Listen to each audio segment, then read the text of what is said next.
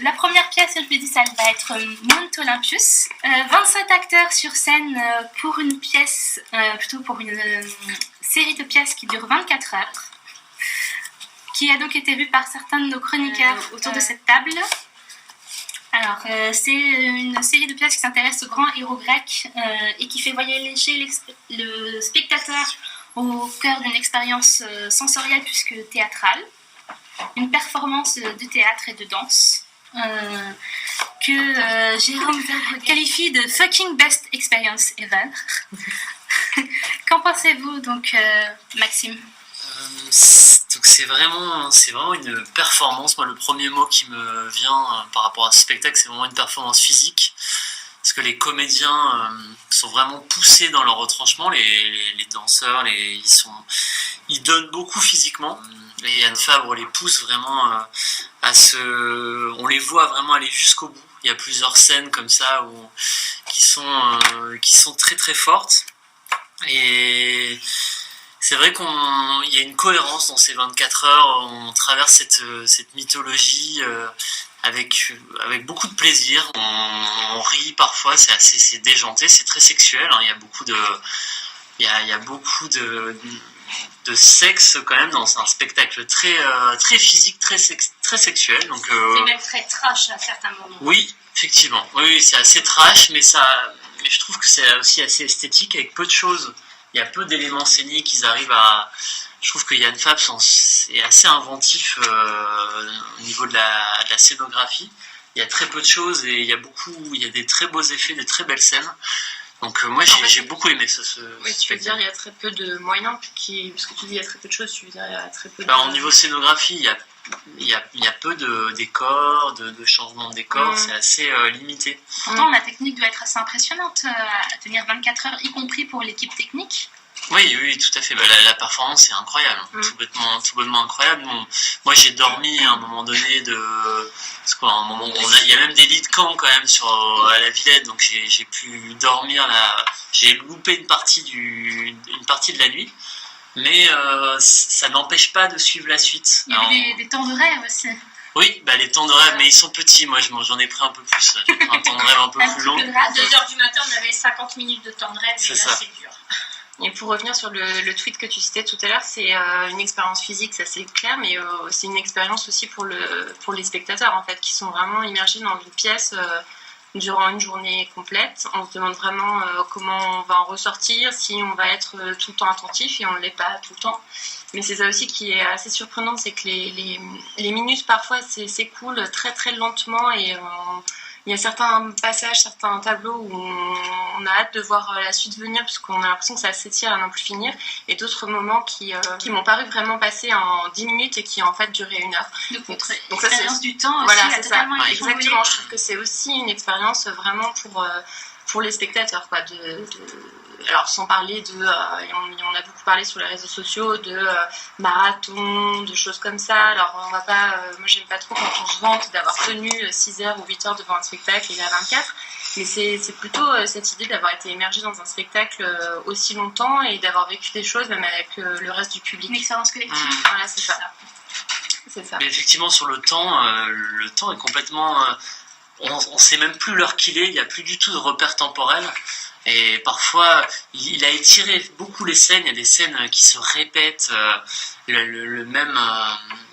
vraiment les mêmes gestes qui se répètent. Parfois, on va jusqu'au bout, on va jusqu'à l'épuisement.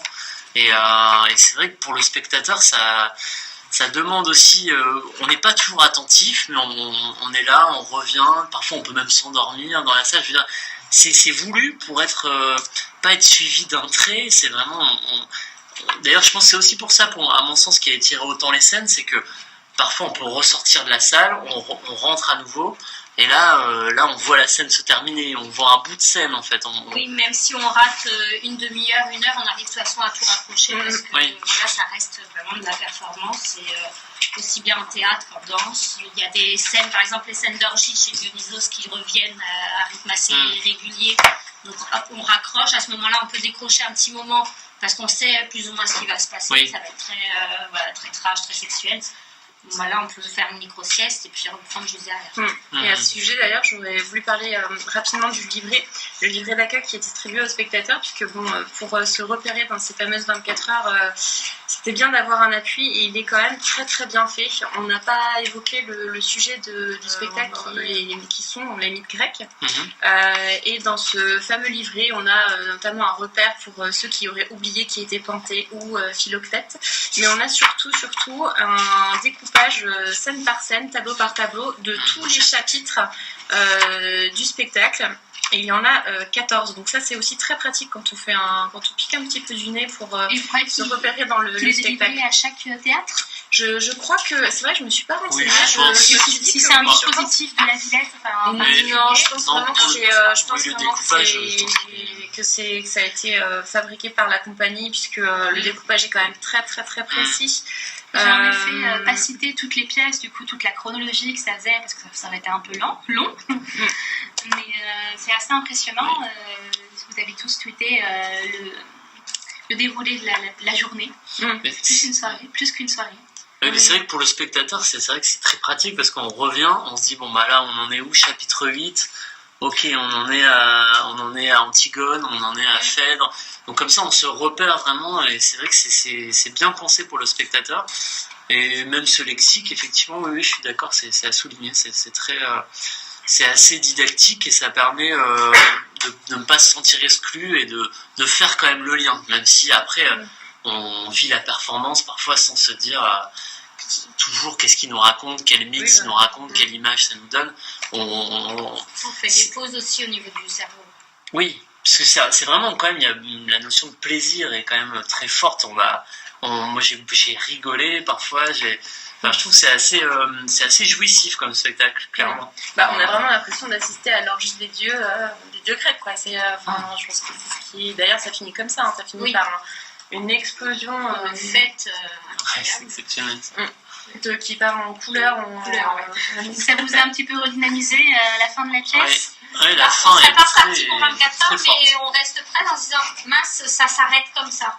Et en fait, ça s'arrête vraiment sur un temps fort au lieu de redescendre dans la cour. Et là, on se dit c'est bon, on est prêt, on y retourne. Tout le monde était debout à la fin parce qu'il y a l'énorme. On n'arrivait pas à décrocher et à partir en fait, à arrêter vraiment le spectacle. C'était mieux que la fiesta? C'était mieux que la fiesta. Oui, c'était mieux que la fiesta, pardon. C'était bien plus festif c'était plus généreux en fait. C'est beaucoup plus. C'est bien joué. On parle de la fiesta d'Israël Gazvan pour ceux qui n'auraient pas compris. Non, là, c'était très généreux, très vraiment les comédiens appelaient le public, ils nous donnaient envie de nous lever. À la fin, on était tous debout. Oui, à la fin, tout le monde était debout, on a tous dansé avec eux. Enfin, limite, on était un peu frustrés. Moi, j'étais un peu frustré qu'il n'y ait pas plus de possibilités parce que j'aurais aimé pouvoir danser je veux dire là il y avait des tribunes devant voilà. J'aurais aimé danser nu, c'était pas possible et c'est surtout qu'il y avait des tribunes. Faut pas faire de nombreux autres, bien sûr. Mais c'est ça, tout à fait. Et c'était si je peux finir la phrase s'il vous plaît. En fait comme c'est un spectacle en nombre au niveau de temps, c'est 24 heures, mais par contre au niveau de l'espace on reste sur une scène et une tribune frontale. Et parfois on est un peu frustré de ça, on aimerait un tout petit peu, je sais pas, pouvoir s'allonger, pouvoir se lever, pouvoir danser avec eux. On aimerait un peu plus que l'espace nous permette un peu plus en tant que spectateur de possibilité de s'exprimer. Ça c'est juste la petite frustration que j'ai eue moi personnellement. Alors pour pouvoir s'allonger, il suffisait de se mettre dans les marches. Oui, c'est vrai qu'il y en avait pas mal. Moi j'ai passé une partie entière allongée, j'étais très bien. C'est vrai. Et personne n'est venu avec son duvet, ça couette, si, oui. C'était tout un barda.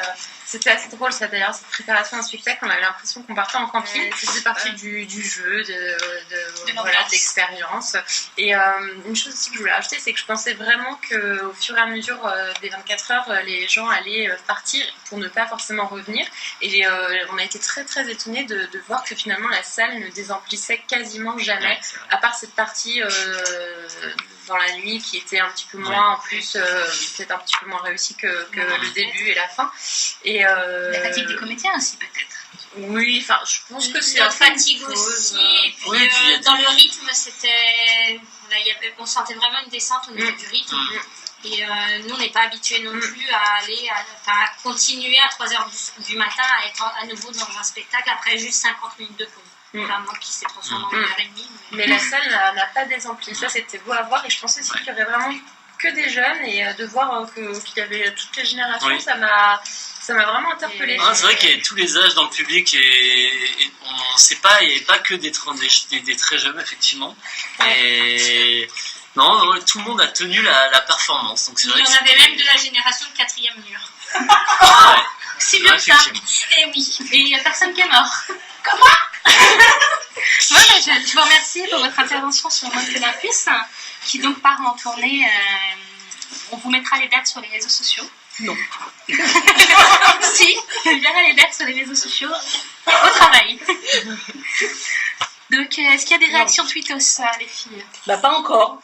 Bon, je vous rappelle que vous pouvez tweeter avec hashtag Radio Mortimer. On attend vos réactions en direct. Moi, je vous remercie tous les trois, Maxime, Lucille et Strapontine et Sonia, pour cette intervention.